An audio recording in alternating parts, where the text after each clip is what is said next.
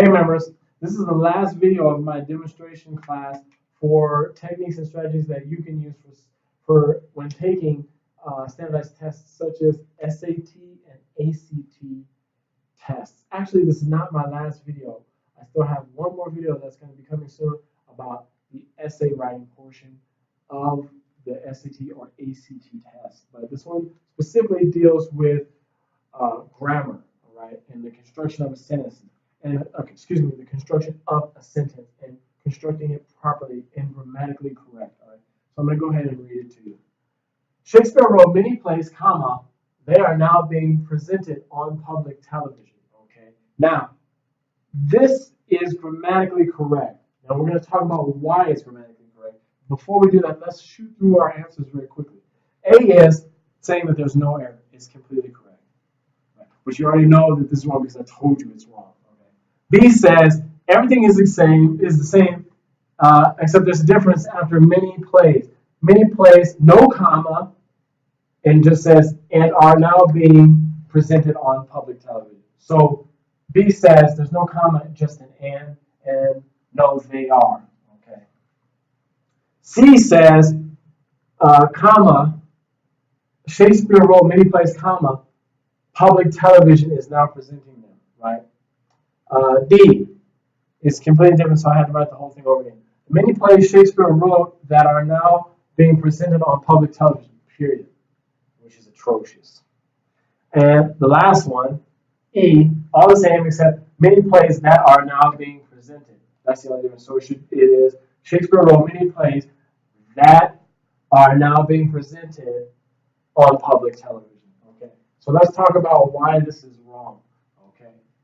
So we already know what's wrong because let's see what we have here. Let's split this up technically. So the first thing we have here, I'm trying to figure out what color to use. I'll go ahead and use purple.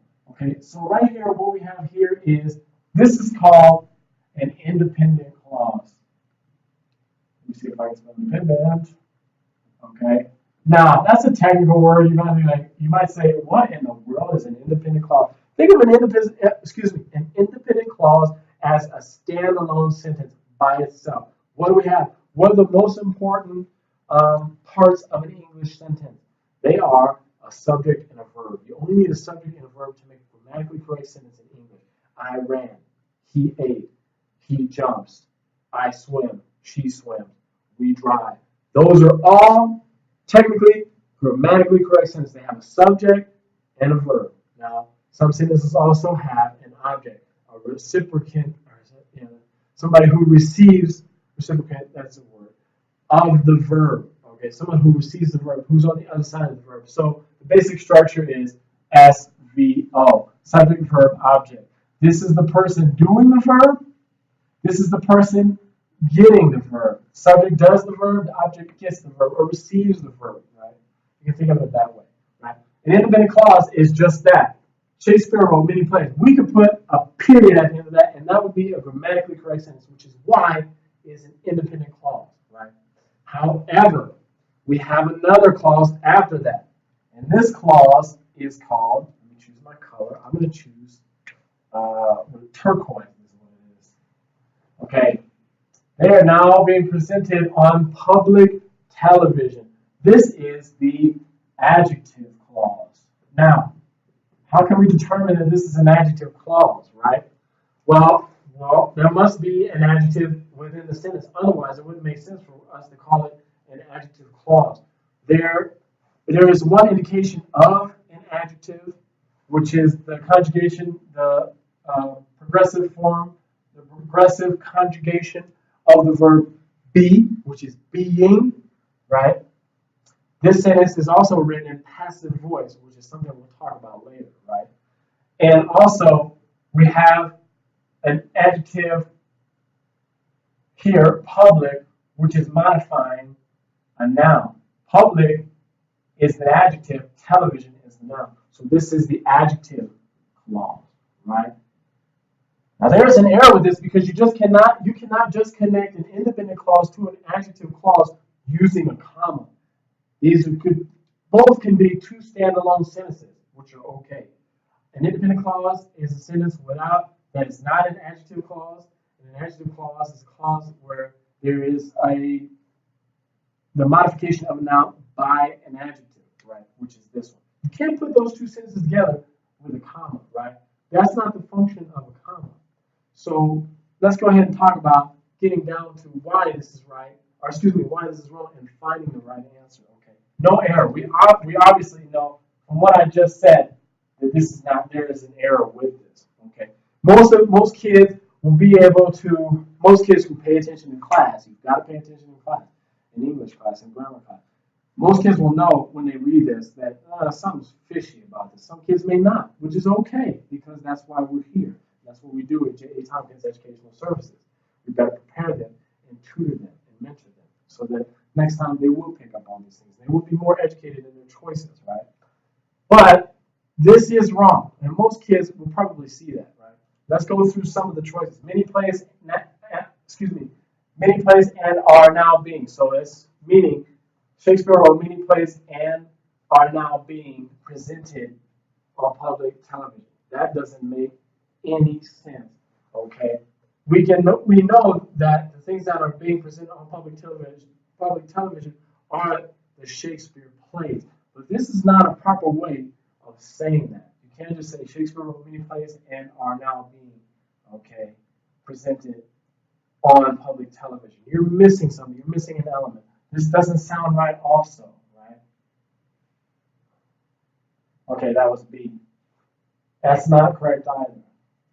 C, same thing, except we say public television is now presenting them. So to meaning Shakespeare wrote many plays, comma, public television is now presenting them. Okay. Now, this many people say, oh, I already know. It's C, because it sounds the most fluent. Right? And as Americans, that's what we're concerned with. I've actually been guilty of being so arrogant in my formative years going through high school, thinking, oh, why do I need to learn grammar? I'm American. I speak English. So lots of us are guilty of that. It's okay. And for most of us who are like that, we will say C is okay. However, there's an issue with punctuation. If that were to be correct, we would not follow it with a comma. It would be followed with a semicolon, right? That's the function of a semicolon. Okay. In front of a semicolon is an independent clause, right? And after the semicolon is also an independent clause, a standalone sentence. Semicolon means you can replace that with a period at any point you want to. But for whatever reasons, you don't want to do that in keeping with continuity of your writing. Okay. So if C were to be correct, this would need to be a semicolon, not a comma. So that's incorrect. Okay. D, which is all rewritten. The many plays Shakespeare wrote that are now being presented on public television. Most of you will say, okay, and then what? Because it follows that something should come after that. Like you need to say something about the many plays that are now being presented on public television. The many plays that Shakespeare wrote that are now being presented on public television have received very harsh and critical reviews. Something like that. You're evaluating those plays in some way. Something would have to follow after that. So this is an incomplete thought, which doesn't work. Right? So this is also wrong. Which leaves us with E, which is the correct answer. Okay, but we're going to talk about why as well. Okay, so this says Shakespeare wrote many plays, comma, or excuse me, no comma. There's no comma. Excuse me. Shakespeare wrote many plays that are now being presented on public television. There is the very critical addition of this word that. Right? Now, in the sentence, what is that? Oh, that's just a word. That means that, right? Actually, that has a technical word. In this sentence, this is called a relative pronoun, right? Right up. Relative pronoun. What's a pronoun? He, she, it, I, you, we, they. Subject, those are subject pronouns. Object pronoun. Him, her, me, us, them. What's another one? Them. Those are objects. Those are he, she, it, I, you, we, they. Him, her, me, it, us, them. Those all go here. Okay. Might be missing one. Right? But The relative pronoun, what it does is it connects a sentence like this. Its job is to connect an independent clause with an adjective clause. Okay. Why? Like we said, the correct answer could also be C if the comma was a semicolon, which means each of these sentences is a standalone sentence.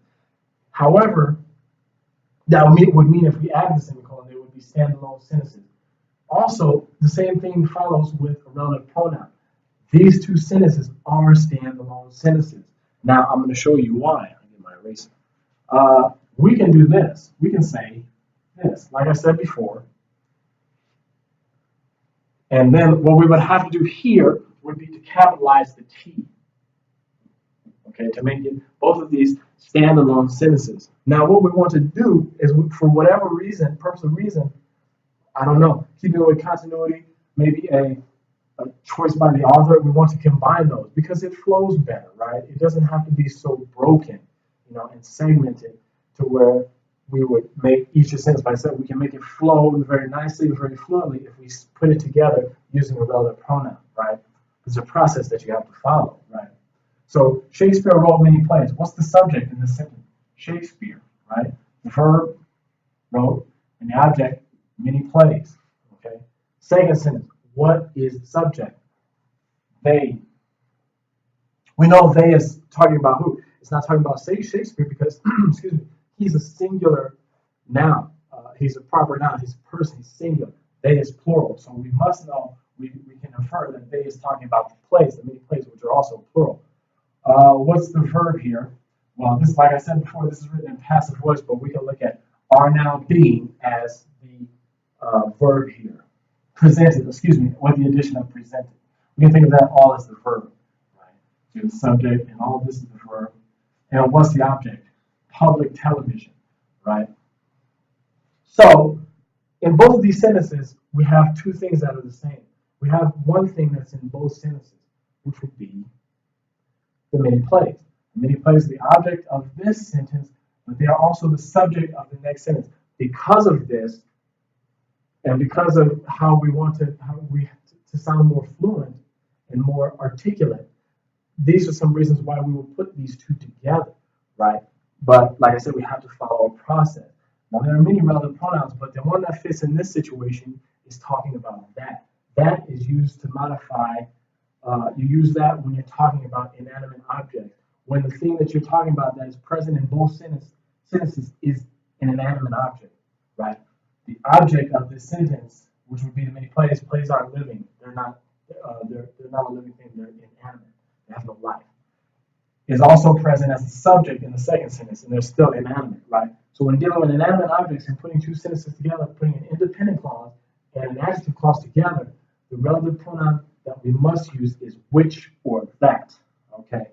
And in this case, we're only given that, so we know that that is the correct answer. So it is, Shakespeare wrote many plays that are now being presented on public television. You see, once we combine them, what do we have to do? What did you notice I did? I eliminated the subject of the second sentence, which was they, okay? And that's it. All right, guys, that's the video. Thanks for watching the video. If you like it, as always, leave a comment at the bottom or contact me at jeteducate@gmail.com. Or you can contact me through Facebook Messenger. Thanks, guys.